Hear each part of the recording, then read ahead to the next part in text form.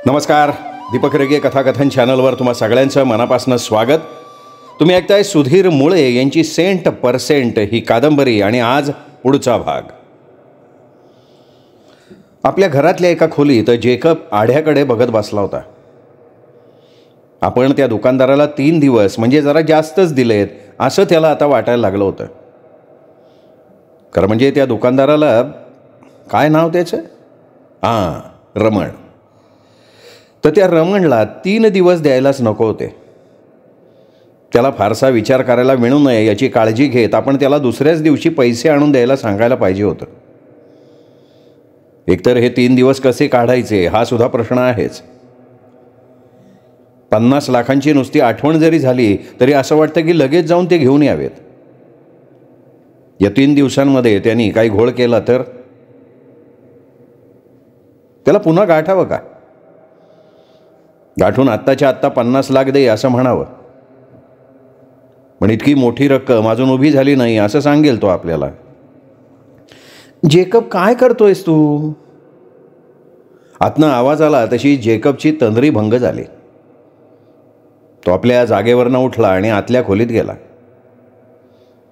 आत माया एका इझी चेअरवर आरामात पहुडलेली होती. कसला विचार करतोयस आत्ता तू? तिने पडल्या पडल्याच विचारलं. नाही काय नाही, त्या रमणला उगाच 3 दिवस दिले असं वाटत होतं मला. आजपर्यंतचीच मुदत द्यायला पाहिजे होती. जेकब तिच्या समोर असलेल्या एका खुर्चीच्या हातावर बसत म्हणाला. नाही 3 दिवस त्याला द्यायलाच हवे होते.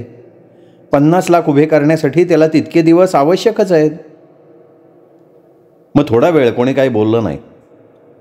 मग मायानंच विचारलं, पुढे काय करायचं ठरवलंयस तू? मी काय ठरवणार? जेकब आश्चर्यानं म्हणाला. ठरवायचं तुला आहे बेबी. माझं काय, मी काल इथे होतो, आज इथे आहे आणि उद्यासुद्धा इथेच राहणार आहे. म्हणजे तू माझ्याबरोबर येणार नाहीस? मायाने जेकबला आश्चर्यानं विचारलं. मी कशाला येऊ तुझ्याबरोबर? हवं तर तू राहा माझ्याबरोबर. तुझ्या संरक्षणाची संपूर्ण जबाबदारी माझी. त्यावर माया जोरजोरात हसली आणि म्हणाली, अरे मला काय करायचं संरक्षण आणि बिवरक्षण? तो रमण माझं काय बिघडवणार आहे? नाही तेही खरंच आहे म्हणा, पण मी आपलं एक सांगून ठेवलं तुला. तिच्या हसण्यात जेकबही सामील झाला. पण काय ग, तू त्या रमणच्या प्रेमात कशी काय पडलीस ग? हसणं थांबवून त्यांनी विचारलं. आता माया उठली. त्याच्या शेजारी उभं राहून ती त्याच्या डोक्यावरनं हात फिरवायला लागली. कितीदा तरी हा प्रश्न विचारलायस जेकब मला तू. पण तू एकदाही मला या प्रश्नाचं उत्तर नाही दिलेलंस. पण आज देईन. तुला मी सांगितलं होतं की योग्य वेळ आली की तुझ्या प्रत्येक प्रश्नाचं उत्तर देईन मी. आणि आज ती वेळ आली आहे जेकब. रमण आपल्या पुरत्या जाळ्यात सापडलाय. अजून 2 दिवसांनी आपल्याला 50 लाख दिल्याशिवाय गत्यंतरच नाही आहे त्याला. मग सांग ना. माझा नवरा नंदू कुठे आणि कसली नोकरी करतोय तोच जाणे. कधी धड पैसा दिला नाही माझ्या हातात, का कुठली हौसमौज पुरवली नाही माझी. अगं पण मग असं होतं तर तू लग्न कशाला केलंस त्याच्याशी? मायानं त्यावर एक मोठा उसासा सोडला. जेकबपासनं दूर जाऊन ती समोरच्या बेडच्या कडेला बसली. माझ्या हातात कुठे काय होतं रे? माझे आईवडील गरीब होते. वडिलांना दारूचं जबरदस्त व्यसन होतं. रोज रात्री येऊन आईला मारहाण करायचे, दारूसाठी पैसे मागायचे, नाही दिले तर आणखीन मारायचे. घरातल्या वस्तू नेऊन विकायचे आणि त्या पैशांमधनं दारू प्यायचे. एक दिवस घरात विकायला सुद्धा काही नव्हतं. त्यानं तर दारू प्यायची होती. आईला बेदम मारून झालं. तिने सहन केला तो मार, पण त्यांना 1 रुपयासुद्धा दिला नाही तिने. तिच्याजवळ नसतीलच कदाचित, किंवा आमच्या खाण्यापिण्यासाठी तिने कुठेतरी लपवून ठेवलेले असतील. शेवटी माझे वडील रागाच्या भरात घराच्या बाहेर पडले. सुमारे 4-5 तासांनी ते घरी परत आले तेव्हा त्यांच्याबरोबर एक तरुण होता. वडील फुल टाईट होते. त्यांनी नशेतच त्या तरुणाची ओळख करून दिली. तोच हा नंदू. म्हणजे तुझा नवरा? हो तोच तो त्यांना रस्त्यात भेटला होता. वडील ज्या कंपनीत काम करायचे तिथे तोही जरा वरच्या पोस्टवर काम करत होता म्हणे. वडील त्याच्याशी बोलले, त्यावरून त्यांना दारूची जबरदस्त तल्लफ आली आहे, पण दारूचा थेंब पिण्यासाठी सुद्धा त्यांच्याकडे पैसे नाही आहेत हे त्याच्या लक्षात आलं. तोच मग त्यांना गुत्त्यावर घेऊन गेला, स्वतःच्या पैशानं मनसोक्त दारू पाजली आणि हळूच माझ्याशी लग्न करण्याची इच्छा बोलून दाखवली त्यांनी. मग काय वडिलांना आकाशच ठेंगणं झालं. स्वतःच्या पैशानं दारू पाजणारा जावई मिळत असेल तर हवाच होता त्यांना. ते लगेच त्याला घरी घेऊन आले, आमच्यासमोर त्याचा प्रस्ताव ठेवला. कधीतरी मी बाबांना भेटण्यासाठी त्यांच्या कंपनीत गेले होते तेव्हा त्यांनी बघितलं होतं मला म्हणे. मला बघता क्षणी माझ्या प्रेमात पडला होता म्हणे तो. अगं तू आहेसच की बेबी तशी, आंधळासुद्धा तुझ्या रूपाच्या प्रेमात पडेल. त्याच्या घरी कोणीच नव्हतं. जेकबच्या कौतुकाकडे दुर्लक्ष करत माया बोलत राहिली. त्यामुळे त्याच्या घरच्या कोणाशी काही बोलायचं नव्हतं. त्यांनी वडिलांना दारू पाजली एवढी एक गोष्ट सोडली तर त्याच्याबद्दल आईला सुद्धा कुठलाही प्रॉब्लेम नव्हता. उलट आपल्या पोरीला चांगला नोकरदार नवरा मिळतोय याचा तिला आनंदच होता. नाहीतरी वडिलांमुळे आणि आमच्या घरच्या परिस्थितीमुळे माझं लग्न होणं तसं कठीणच होतं. उलट आपली पोर आता या नरकातनं बाहेर पडेल असं आईचं मत होतं. आणि मला सुद्धा त्या घरात राहायचा, त्या रोजच्या तमाशाचा कंटाळा आला होता. त्यामुळे मग मी सुद्धा मागचा पुढचा काही न विचार करता लग्नाला तयार झाले. लग्नाचा सगळा खर्च नंदूनीच केला. त्याच आठवड्यात आमचं लग्न झालं. अधूनमधून बाबा यायचे, नंदूकडनं मोठी रक्कम घेऊन जायचे. ते पैसे संपले की पुन्हा आमच्या घराला भेट द्यायचे. आई मात्र एकदाच आली होती. मला सुखानं संसार कर असा आशीर्वाद देऊन गेली होती. साधारण वर्षभर सगळं नीट चाललं. मग मला दिवस गेले. पहिलं बाळणपण तर खरं माहेरी करायचं असतं, पण इथे माहेरी कसली सोय होती. आईच आली आमच्याकडे. तिने माझं बाळंतपण केलं. तेच निमित्त साधून बाबाही तिच्याबरोबर आले आणि तिथेच ठिय्या ठोकून बसले. मला मुलगा झाला. आई घरी परत गेली तरी बाबा इथेच राहिले, जायचं नाव काढेनात. तसा नंदू कंटाळला. आता बाबांची डिमांडसुद्धा वाढली होती. पूर्वीसारखी त्यांना हातभट्टीची चालेनाशी झाली होती. त्यांना आता रोज इंग्रजी दारू लागायला लागली होती. त्यामुळे खर्च वाढला. त्यातच त्यांनी कामावर जायचं बंद करून टाकलं.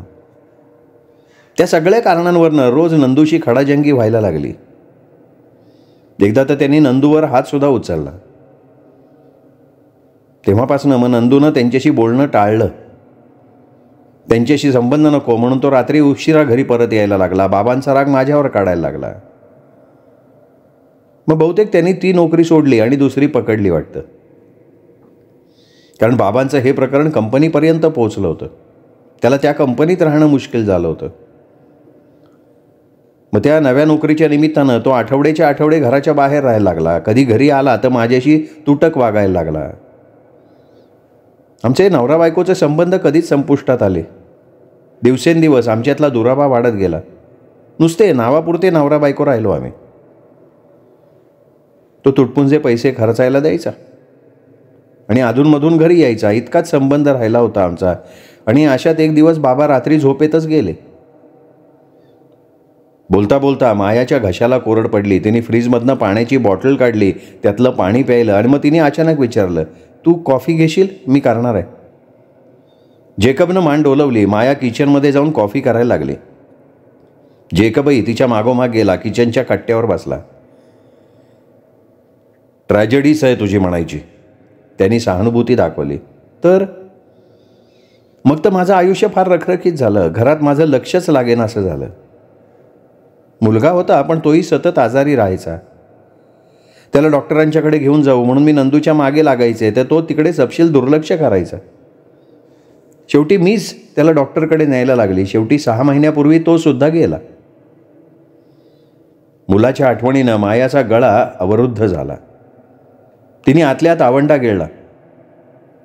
कॉफी तयार झाली होती. कॉफीचा कडवट वास किचनमध्ये पसरला होता. 2 मोठ्या मग्समध्ये कॉफी ओतून तिने एक मग जेकबच्या हातात दिला. दुसरा स्वतः घेऊन ती पुन्हा बाहेरच्या खोलीत आली. जेकबही तिच्या मागोमाग आला. आयुष्यात सगळ्यात कडवट घोट मी तेव्हा प्यायला. कॉफीचा घोट ती म्हणाली. मग या रमणची आणि तुझी भेट कधी झाली? ती गंमतच आहे. नंदूनं कधी सांगितलं नव्हतं पण त्याला एक दूरची मामी होती. इथून जवळच एक खेड आहे, तिथे मुलाबरोबर राहते. तिलाही नंदूशिवाय दुसरं कोणी नाही. तिच्या मुलाचं लग्न जमव म्हणून ती नंदूच्या मागे लागली होती. नंदूला घरचीच जबाबदारी नकोशी झाली होती, तिथे तो मामीच्या पोराच्या लग्नाचं कशाला बघतोय. मग मामी पडली माझ्या गळ्यात. का? तिला स्वतःला किंवा तिच्या नवऱ्याला नव्हतं बघता येत हे सगळं. जेकबला मायाच्या कहाणीत आता इंटरेस्ट आला होता. त्याला हे असं घरगुती वातावरण कधी अनुभवायला मिळालेलं नव्हतं. पहिल्यांदाच हे सगळं ऐकत होता तो. नाहीतर त्याचं आयुष्य म्हणजे सगळं मारामाऱ्या, गोळीबार, पळापळी असल्या गोष्टींनी भरलेलं होतं. नवऱ्याला बघणं शक्य नव्हतं रे. का? तो काय आंधळा होता का अपंग होता? दोन्हीपैकी एकही नाही. तो फक्त जिवंत नव्हता इतकंच. माया म्हणाली आणि तिच्या शब्दाचे अर्थ लागायला जेकबला नाही म्हटलं तरी वेळ लागला. आणि मामी पडली अशिक्षित, अडाणी. त्या खेड्याबाहेरचं जगच पाहिलं नाही तिने. मला नाही नाकारणं जमलं. शिवाय त्यानिमित्तानं मला सुद्धा घराच्या बाहेर पडता येणार होतं. त्या 4 भिंतींमध्ये माझा जीव घुसमटायला लागला होता अगदी. मग मी लग्न जुळवणाऱ्या काही मध्यस्थांना भेटले. त्यांना मामींच्या मुलाची माहिती दिली. त्यातल्या एका मध्यस्थानं माझा नंबर दिल्यामुळे रमणनं एक दिवस मला फोन केला. त्याच्या भाचीसाठी तो स्थळ बघत होता, पण दुर्दैवानं दोघांच्या पत्रिका नाही जोडल्या. एक मिनिट, ही पत्रिका काय भानगड आहे? पत्रिका माहीत नाही तुला? कुंडली? नाही ग, मला कुठनं माहिती असायला. कमाल आहे. मलाही फारसं माहीत नाही, पण आपला जन्म होतो त्या क्षणी आकाशातल्या ग्रहांची स्थिती मांडलेली असते. त्या कोष्टकाला पत्रिका नाही तर कुंडली म्हणतात.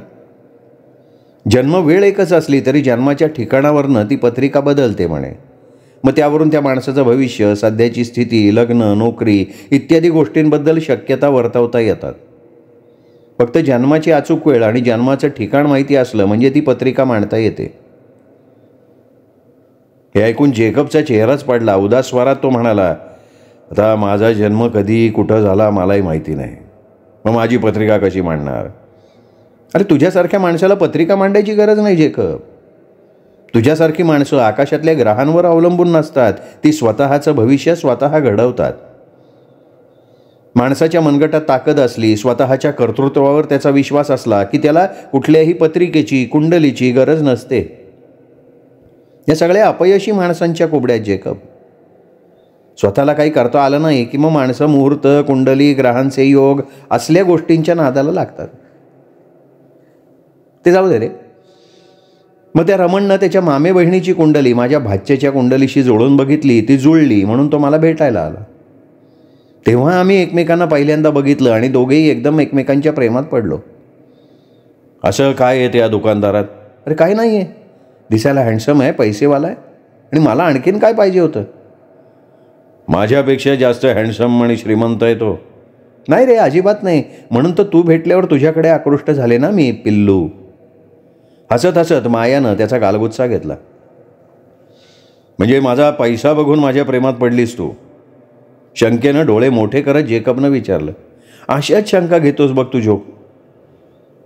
तुझी बुद्धिमत्ता, तुझा डॅशिंग स्वभाव याला काही किंमत नाही आहे का?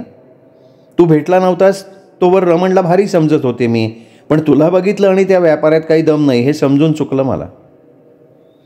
माया धादांत खोटं बोलतीये हे जेकबला कळत होतं, पण त्याची हरकत नव्हती. प्रेम, समर्पण, निष्ठा असल्या संकल्पनांशी त्याचा संबंधच आला नव्हता कधी. कदाचित ते त्याच्या जीन्समध्ये असावं. त्याच्या आईवडिलांनी नाही का त्याचा जन्म झाल्या झाल्या त्याला कचऱ्याच्या कुंडीत टाकून दिलं होतं. जेकबच्या बापानं कधी या नैतिक मूल्यांची पर्वा केली नव्हती. तिथे जेकबला त्या माहिती असण्याची शक्यता सुद्धा नव्हती. आणि त्याला तरी कुठे मायाबद्दल प्रेम वाटत होतं. केवळ तिच्या सौंदर्यावर भाळून तिच्या नादाला लागला होता तो. मग तिनेही तसंच धोरण ठेवलं तर तो का हरकत घेईल? वरकरणी मात्र दोघंही एकमेकांवर निस्सीम प्रेम असल्याचं नाटक करत होते. आणि मायाचं काय? तिथं बोलून चालून स्त्रीच होती. कुठल्याही स्त्रीला भावनांच्या सच्चेपणाची पारख लगेच होते म्हणतात. निसर्गानं स्त्रीला बहाल केलेली देणगीच ती. तिलाही जेकबच्या ह्या स्वभावाची जाणीव होती. त्यामुळे जेकबवर भरोसा न ठेवता स्वतःची कायमची सोय लावून घेण्याच्या हेतूनं तिनं त्याला एकदा त्या नाजूक क्षणी 50 लाख मागितले होते. पण तशाही प्रसंगात जेकबची व्यवहारी वृत्ती जागृत होती. 50 लाख रुपये तिला द्यायला त्याने नकार दिला. कारण काय तर म्हणे, माझं सगळं तुझंच आहे की. पण माया अशा बोलण्याला भुलणारी नव्हती. जेकब कितीही धनाढ्य असला तरी स्वतःच्या खिशातनं हा जेकब एक कवडीही आपल्याला द्यायला तयार होणार नाही हे तिने आत्तापर्यंतच्या त्याच्या सहवासात ओळखून घेतलं होतं. मग मोठ्या हुशारीने तिने रमणला ब्लॅकमेल करून त्याच्याकडून 50 लाख आपल्याला मिळवून द्यायचा प्लॅन जेकबच्या डोक्यात उतरवला. ब्लॅकमेलिंग हा तर जेकबचा धंदाच होता. परस्पर तिला पैसे मिळत असतील आणि ती खुश होत असेल तर जेकबची काही हरकत नव्हती. मात्र त्यांनी फक्त एकदा त्या प्लॅनवर नीट विचार केला, त्यातले कच्चे दुवे दोष काढून टाकले आणि मायानं बनवलेला प्लॅन निर्दोष झाला असल्याची खात्री करून घेतली. पण तुझ्या वागण्यामुळे मी खरंच भारावून गेली आहे बरं का जेकब. अगं असं काय केलं आहे मी? अरे असं बघ ना, तुझा एवढा मोठा व्याप आहे. एरवी ही अशी ब्लॅकमेलिंगची कामं तू थोडी स्वतःच करतोस. तुझ्या माणसांपैकी कुणीही जाऊन हे काम करू शकलं असतं, पण फक्त माझ्यासाठी तू स्वतः यात पडलास. म्हणजे काय? अगं खास लोकांसाठी हा जेकब स्वतः मैदानात उतरत असतो. चला झोपायला जाऊयात आता, बरीच रात्र झाली. एक मोठी जांभई देत माया म्हणाली. नक्की झोपायलाच ना? मिश्किलपणे जेकबनं विचारलं. लटक्या रागानं मायानं त्याच्याकडे बघितलं आणि ती बेडरूमकडे पळाली. रात्री मध्येच केव्हा तरी मायाला अचानक जाग आली. तिने डोळे उघडून बघितलं. खोलीत नाईटलॅम्पचा मंदसर निळा प्रकाश पसरला होता. जेकब तिच्या शेजारी अस्ताव्यस्त पसरला होता. तोंड उघडं ठेवून तो मोठमोठ्यानं घोरत होता. त्याच्या घोरण्याचा आवाज सगळीकडे पसरला होता. आपल्याला अशी मध्येच कशानं जाग आली याचा विचार करत माया बेडवर उठून बसली. आपल्याला झोपेत कसला तरी आवाज ऐकू आला हे तिला आठवलं. तशीच बसून ती कानोसा घेत राहिली. आता कुठलाच आवाज येत नव्हता. कदाचित आपल्याला भास झाला असेल असं समजून ती झोपण्यासाठी पडणार, तोच पुन्हा कसला तरी खुडबुड आवाज आला. आता मात्र माया ताडकन उठून बसली. नक्कीच कशाचा तरी आवाज होता. तशी इथे काही भीती नव्हती. जेकबचं घर होतं ते. बिल्डिंगच्या सभोवती रात्रंदिवस कडेकोट सुरक्षा व्यवस्था होती. मुंगीला सुद्धा आत शिरता आलं नसतं. मग हे काय आहे? तेवढ्यात पुन्हा एकदा आवाज आला. दरवाजा हळूच उघडल्याचा आवाज आला. मग पावलांचे दबके दबके आवाज यायला लागले. नक्कीच कोणीतरी घरात शिरलं होतं. कोण असावं? तिने जेकबच्या गालावर चापट मारून त्याला उठवण्याचा प्रयत्न केला तर ते येडं गालावर डास बसला असं समजून झोपेतच गाल खाजवत कूस बदलून पुन्हा झोपी गेलं. आता आवाज अगदी जवळ आले होते. जेकब जेकब उठ. ती त्याला गदागदा हलवत त्याच्या कानात कुजबुजली. आता काय आहे? डोळे अर्धवट उघडत जेकब खेकसला. त्याला कोणी त्याची झोपमोड केलेली अजिबात आवडायची नाही. आता मायाच त्याला उठवत होती म्हणून त्यांनी स्वतःला आवर घातला होता. दुसरं कोणी त्या जागी असतं तर जेकबनं सरळ गोळी घातली असती. याचा अर्थ जेकब झोपाळू होता असा नाही. जागा राहिला तर कित्येक तास, इव्हन 2-3 दिवस सुद्धा न झोपता काम करू शकायचा. मात्र एकदा त्यांनी डोळे मिटले की त्याची झोप पूर्ण होऊन तो स्वतःहून उठल्याशिवाय कुणीही त्याला उठवू शकायचं नाही, मग कितीही महत्त्वाचं काम का असेना. अरे कुणीतरी घरात शिरलंय. शक्यच नाही. खालचे गार्ड्स काय झोपा काढतायत का? ते विसर आणि झोप.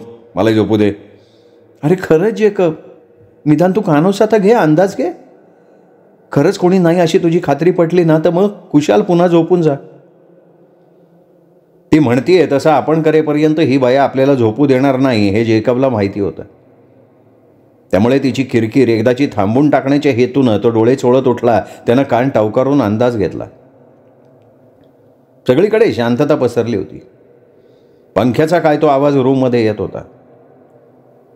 कसलाच आवाज येत नाही म्हणून मायाला सांगून तो पुन्हा झोपणार होता. इतक्यात त्याच्या तीक्ष्ण कानांनी तो आवाज टिपला. टाक टाक. दबक्या पावलांनी कोणीतरी घरात शिरलं होतं. त्या आगंतुकानं पावलांचा आवाज येऊ नये म्हणून कितीही काळजी घेतलेली असली तरी रात्रीच्या नीरव शांततेत तेच दबके अस्पष्ट आवाज अगदी स्पष्टपणे ऐकू येत होते. जेकबनं मायाकडे बघितलं.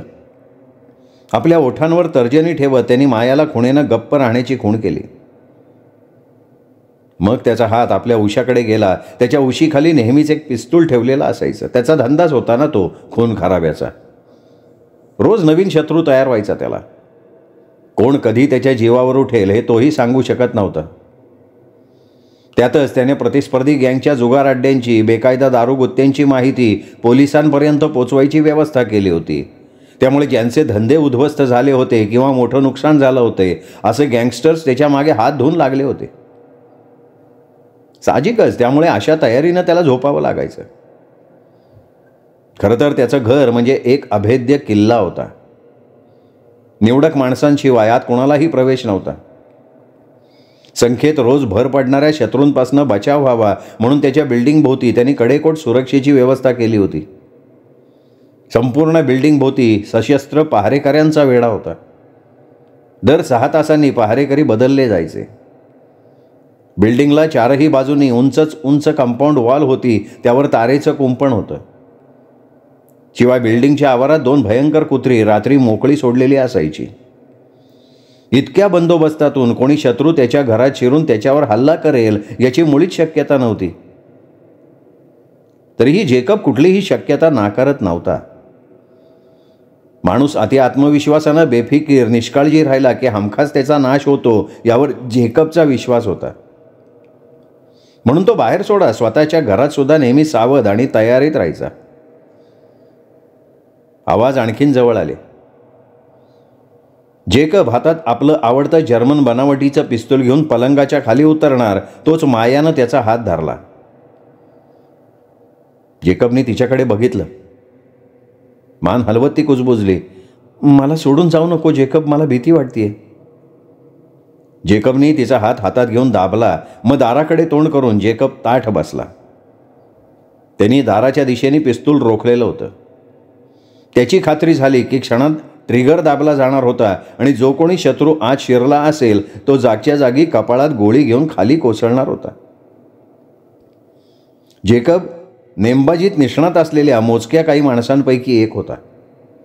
त्या बाबतीतलं त्याचं कौशल्य त्याच्या शत्रूंनीही मान्य केलेलं होतं. घाबरलेली माया जेकबला चिकटून बसली. तिने त्याला मागणं मिठी मारली होती आणि आला. कोणाची तरी सावली दरवाज्यातून खोलीत पडली तसा जेकब अजूनच ताठ झाला. ट्रिगरवरची त्याची बोटं आवळली गेली. मायानं जेकबला मारलेली मिठी जास्त घट्ट झाली. तिचं काळी जोरजोरात धडधडत होतं. ती धडधड जेकबच्या पाठीला जाणवत होती. एक काळी आकृती दारात अवतरली. त्या क्षणी जेकबनं आपल्या पलंगाजवळ असलेला स्विच ऑन केला आणि सगळी खोली प्रकाशानं उजळून गेली. दारातली व्यक्ती बघताच माया आणि जेकब दोघांनाही आश्चर्याचा जोरदार धक्का बसला. दोघांच्याही तोंडून एकदमच प्रश्न बाहेर पडला. रमण, तू आणि इथे?